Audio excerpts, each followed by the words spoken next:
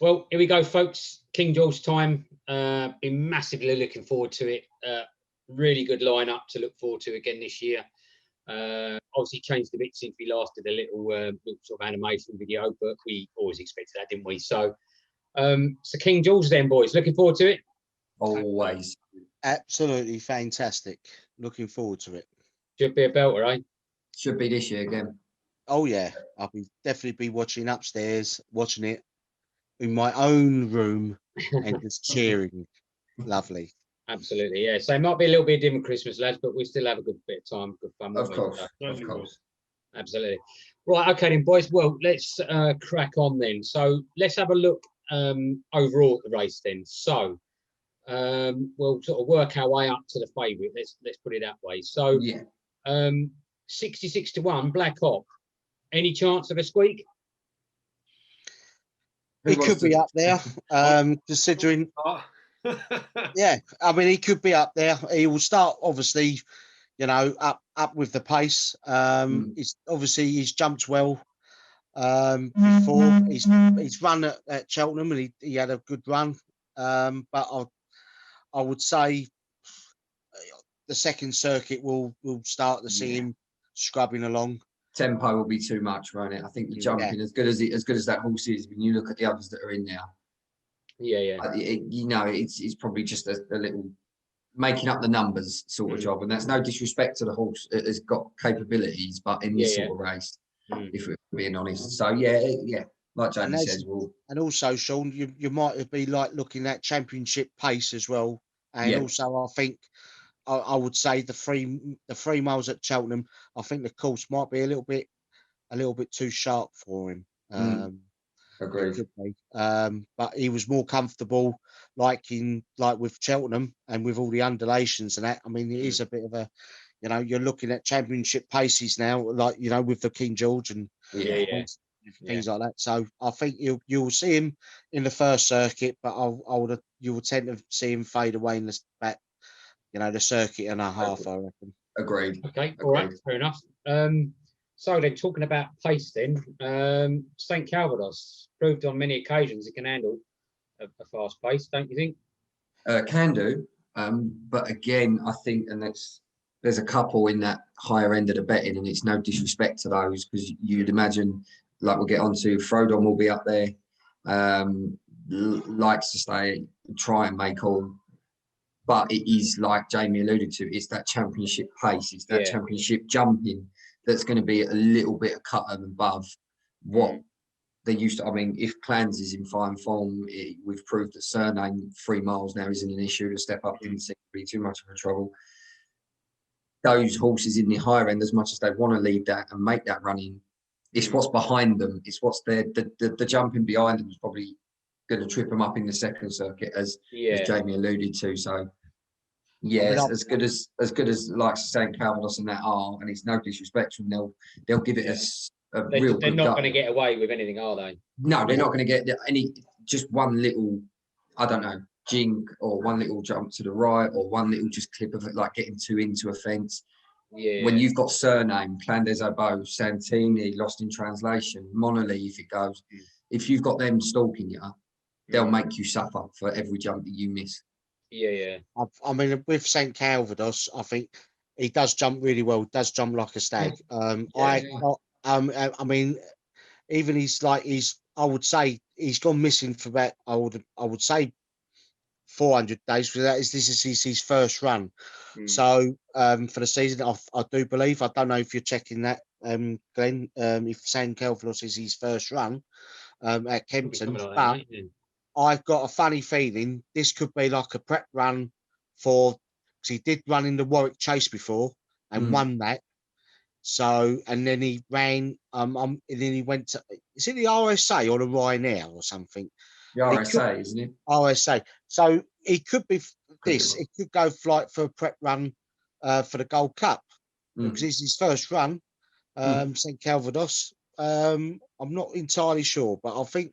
Yeah, no, he ran in the Ryanair. In the Ryanair. Yeah, he did. And he has had a run. He has had a run, but it was he's had a run before that.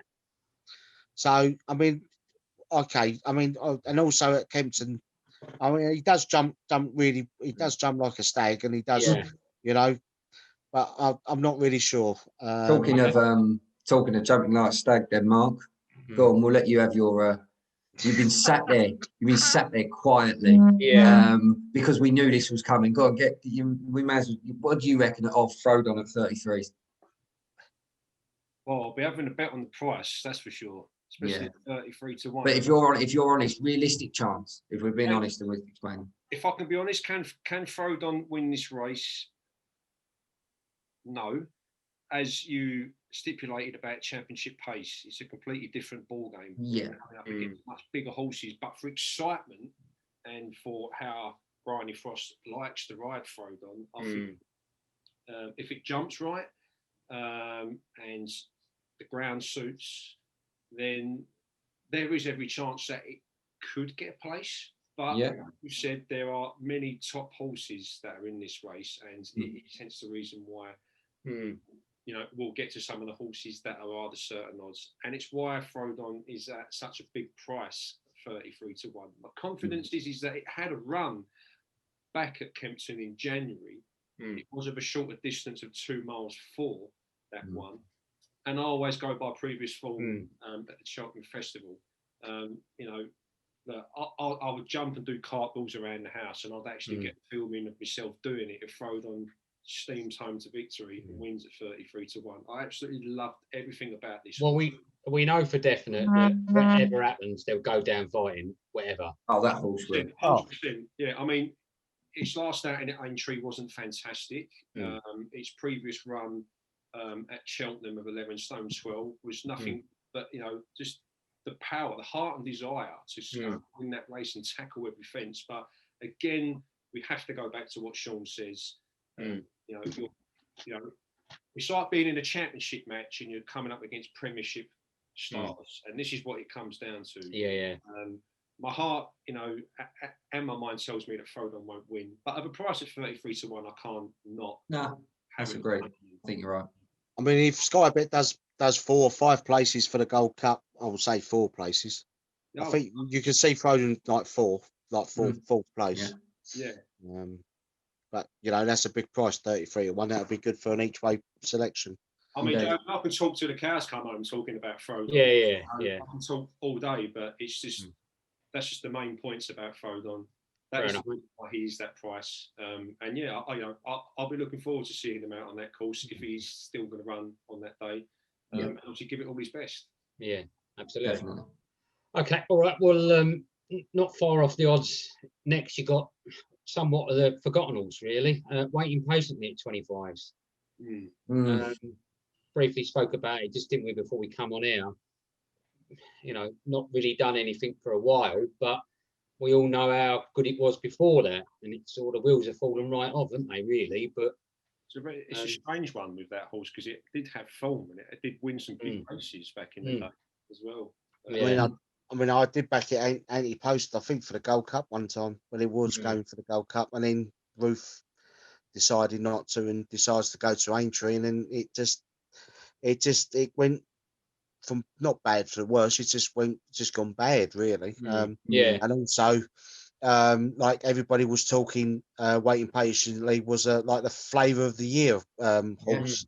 Because even Matt, you know, like Matt Chapman saying, I think it was Matt or somebody else, this is going to be like really up there. It was just unfortunate. Like he's like his original trainer passed away, and he actually won at Kempton when that was his last. I would imagine that was his last win for him when he passed away. And then since then, it's just gone. Yeah, you know, it hasn't clicked, has it? I don't really know what to.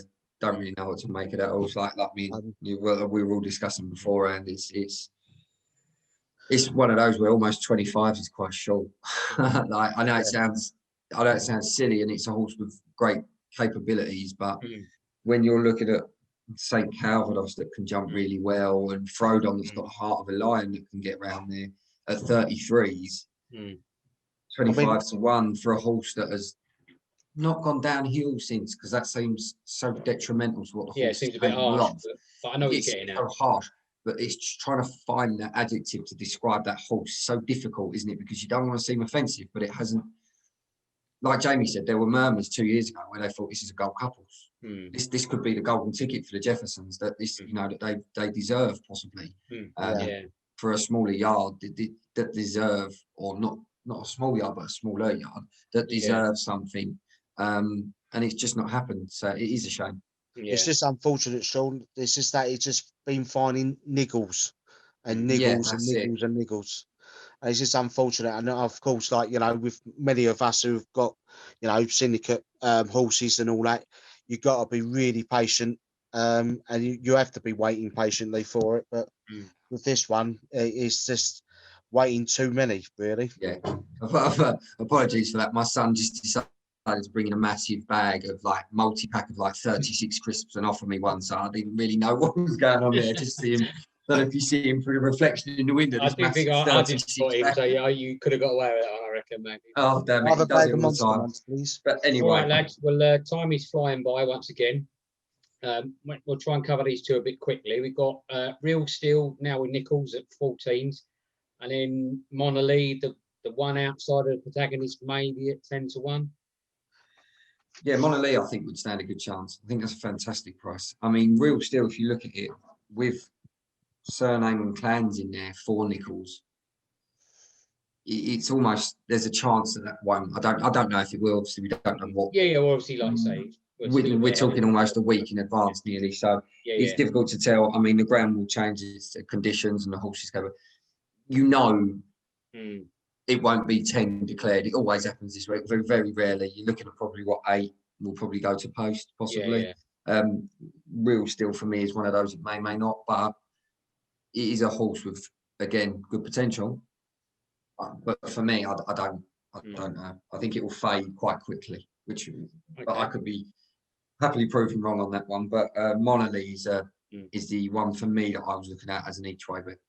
Yeah, I think Monolith's the main danger. Yeah, that's my outside. I think Monolith's last run that ran at furthest, I think in my mind was a prep run for the Gold Cup, because got beat by Presenting Percy, and also he was running in a short distance. It was 2 miles 6 at the time in furthest. He's normally does really well, like 3 mile plus. So he's now like he's up on trip. That will suit. I think Henry de Bromhead is a big bonus. He's stable's in form. He's stable jockey, fantastic jockey. Will be, you know, you'll see her winning more championship like a championship jockey in Ireland. She's done fantastic since, and the last time an Irish winner in the 2000s was Kicking King, and that was in 2004 2005. And I think that Monolith has got a great chance of being right in the mix, and will be, I would say, in the top 3. And I think that will be another prep run for the Gold Cup, because he ran in the Gold Cup last year and finished 4th. So that'll be a decent, you know, I think that'll be a decent, good prep run for him. But don't underestimate the Irish, because the Irish are starting to win some of these UK races, and they're starting to come in. Just quickly though, Jamie, I mean, just sorry to interrupt. Sorry, mate. With everything that's going on, because obviously with current restrictions, will it be Rachel Blackmore riding? Because will she be permitted to come over here and enter into a tier 4 area? Because that's what Kempton obviously is, isn't it now? Yeah, London and surrounding areas. I'm not really sure, but I've got a funny feeling the BHA and the Irish Racing Authority might give it the go ahead. Okay, like you say, if that's the, I mean, I'm confident. I say time will tell, won't it? You know. So. Yeah, I'm confident on the horse's capabilities to place at least anyway. To be honest with you, I think it's an out-and-out stayer. I think, like Jamie said, with de Bromhead at the wheel, so to speak, training his horses in the soft ground, if that's the case, will thrive in that, which a lot of the Irish tracks are this time of year anyway. Like I say, it would just be jockey dependent. Well, not even jockey dependent. I'd be confident on anyone sat on that would get that job. But that's just a question mark over who will be riding it, maybe. I mean, Monolith running that furlongs, finishing 4th, was at running at heavy. Now Kempton is a chalk-based track, so Yeah. it will drain really quick. Will drain quite well.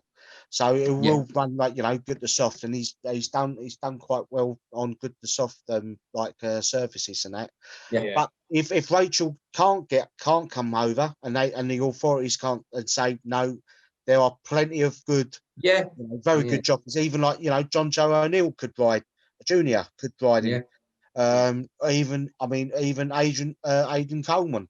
You just don't know. Mark's right. Yeah. Sorry, Mark. Hope not, eh? Okay, right. Well, that's enough on Monolith. I'm going to cut you off there, I'm afraid, lads. What about my boy then, Lost in Translation? I'm praying for a return of form. Like you know, I backed that a couple of years ago. It was one of my ones to watch. It's one of those that I really do enjoy watching. But lots of question marks to answer. Personally, pulled up last year, wasn't it? I believe. Yeah. Last year's run. Didn't settle in that race at all. My real concern at the moment is that yard feels like it just needs to get a break because it's not in form. Tizards. It's nothing to do with the training side of things. It's just, everyone hits these spots, and when your luck's in, your luck's in. And at the moment, it just I feel so sorry for it because they've got so many such great horses with big potential that at the moment it just doesn't feel like you've kind of been waiting for them to sort of kick into gear, haven't you? And they just quiet. Yeah, because is it Fiddler on the Roof is one of those, and things like that, and they've got so many decent horses. But the form for me is a concern. I'm not being horrible to Colin Tissard or anything. I think it's when his daughter passed away, and she done quite a lot of the galloping and all that. She passed away sadly with cancer and that, and it just hit the stable, hit the family so really hard. And now they're trying to do the catch up, and you've got Joe Tissard trying to weed it in, and got Colin who's trying to get himself motivated again, which he has. It's just like they're catching up. They're doing 3 paces forward, and then all of a sudden 2 paces back. We have seen the stable turned a bit, and then it's all of a sudden it's turned back again. Like I say, sort of a couple of false dawns. They sort of look like they're going to get going, and then all of a sudden, I do feel I do feel for the Tizards. I mean, obviously, it's always, every family have the ups and downs and everything. But I would say that they will get a purple patch at one, in one point. It might happen at the beginning of the year. You know what I mean? It's just they just need that one big result, and that will kick on. Which this could well be, but they will recover at some point. Like you say, the yard's too good, and the horses in the stable are too good, so they'll get back there. Of course, it might not just be this year though. That's all, but they'll fire again at some point, no doubt. Yeah, and we know that horse has got bundles of ability as well. So it's again, it's in that category, isn't it, Sean? It's one of them ones where. If you saw the best of it, you think you've got every chance. Yeah, 100%. That's exactly the best way to describe it. That if Lost in Translation, the one that we saw that started last season, turns up, he puts it to any of these. Simple, but that's the same with Fiddler on the Roof as well. Yeah, when that hits, that just needs it. At the moment, it's always a bridesmaid, and once it becomes a groom, you'll slowly see him getting those wins in quite comfortably. He's just got to get his head in front. But that's the yard, isn't it, at the moment? You pray that it turns around for him. So absolutely. Okay, well, let's move on to the Joker in the pack, Santini. Supplemented, obviously, recently. I don't really need to ask this question, but what are your thoughts then, boys? It's an interesting one, to be fair, that he's only just been recently declared. I mean, there's a lot of people out there who have such great confidence in Santini. Like you can't take away his performance in the Gold Cup, and can't take away recent performances. Again, if I'm honest, it's just his jumping that has question marks for me, and it always has done.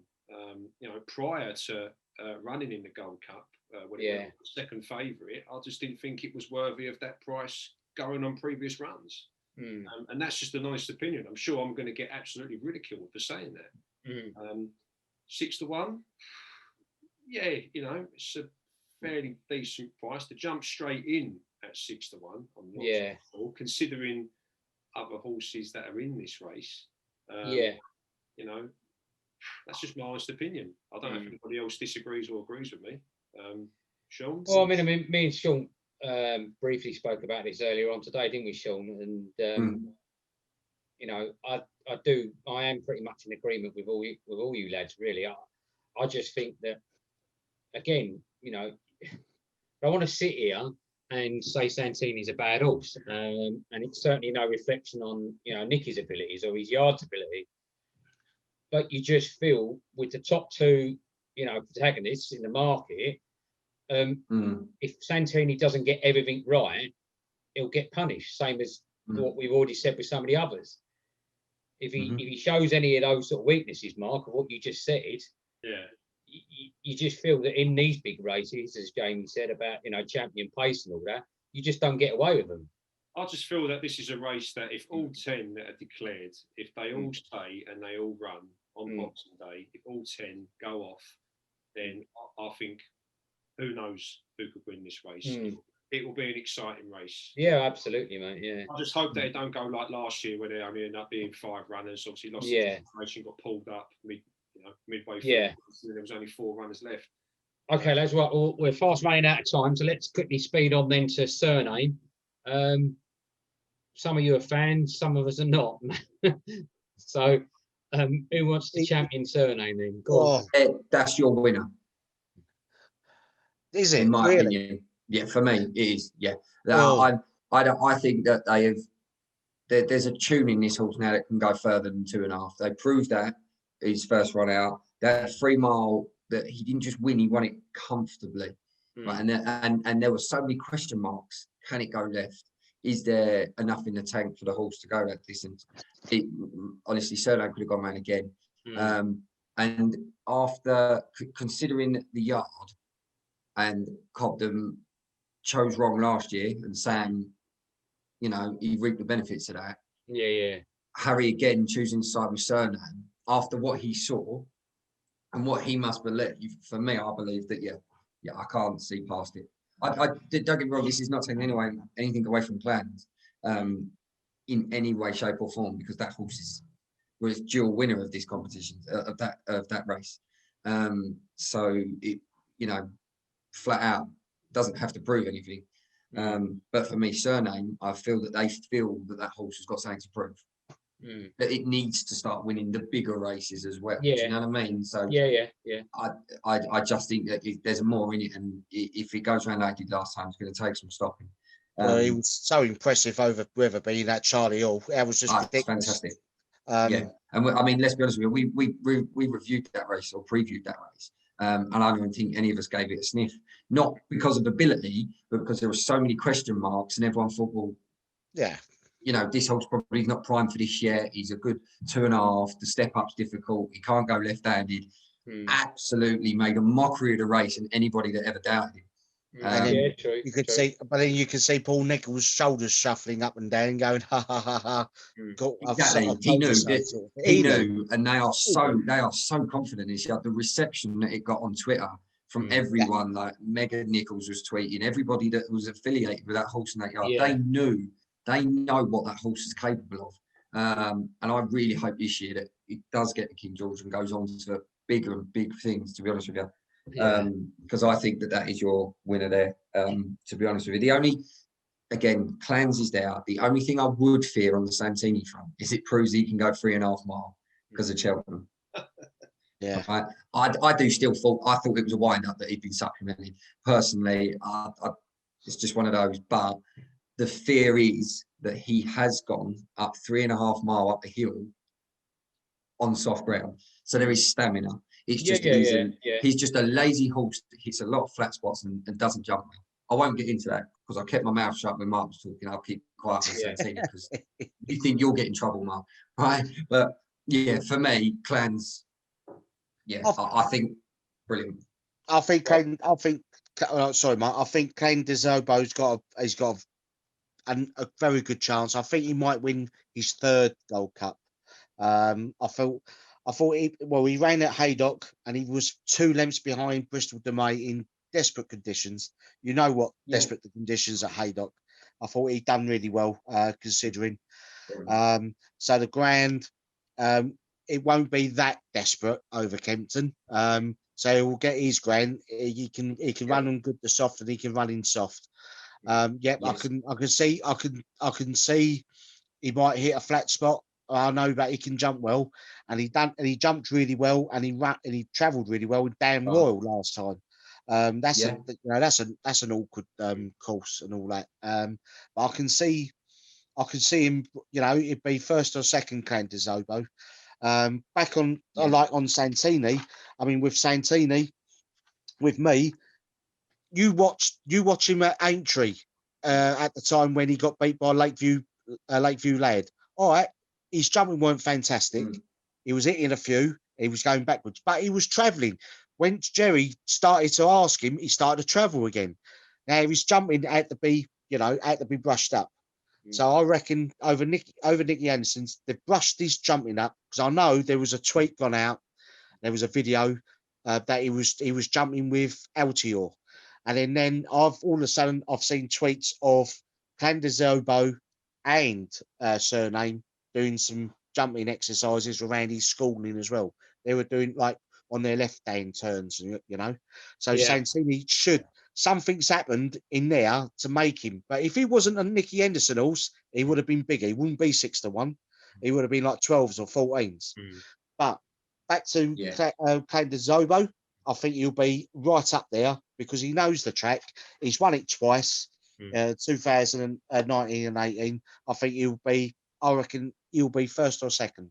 But he's my main selection now. Okay, well, you cut me off there slightly then, because I was going to go down the list and ask you. So all right, okay. So, well, anyway, we're there now anyway. That's all of them covered.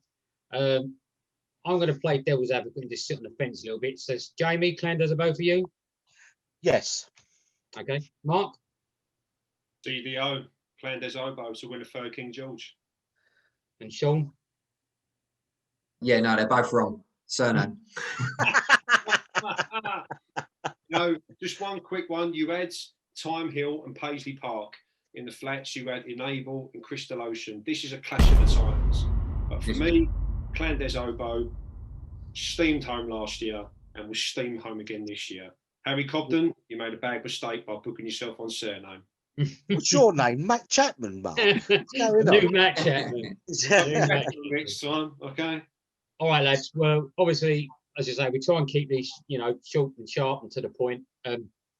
Hopefully, if you're going to have a bet, that's giving you a little bit of advice on where to put your money. I'm sure we'll all have a little flutter, won't we, boys, ourselves? Yes, definitely. Definitely. Absolutely. All right, well, as always, there's loads of brilliant racing to talk about in there over the couple of days, Limerick and over at Leopardstown and stuff like that. But, we'll save that for another video. Maybe we'll try and bring you a couple of selections, over those 2 days.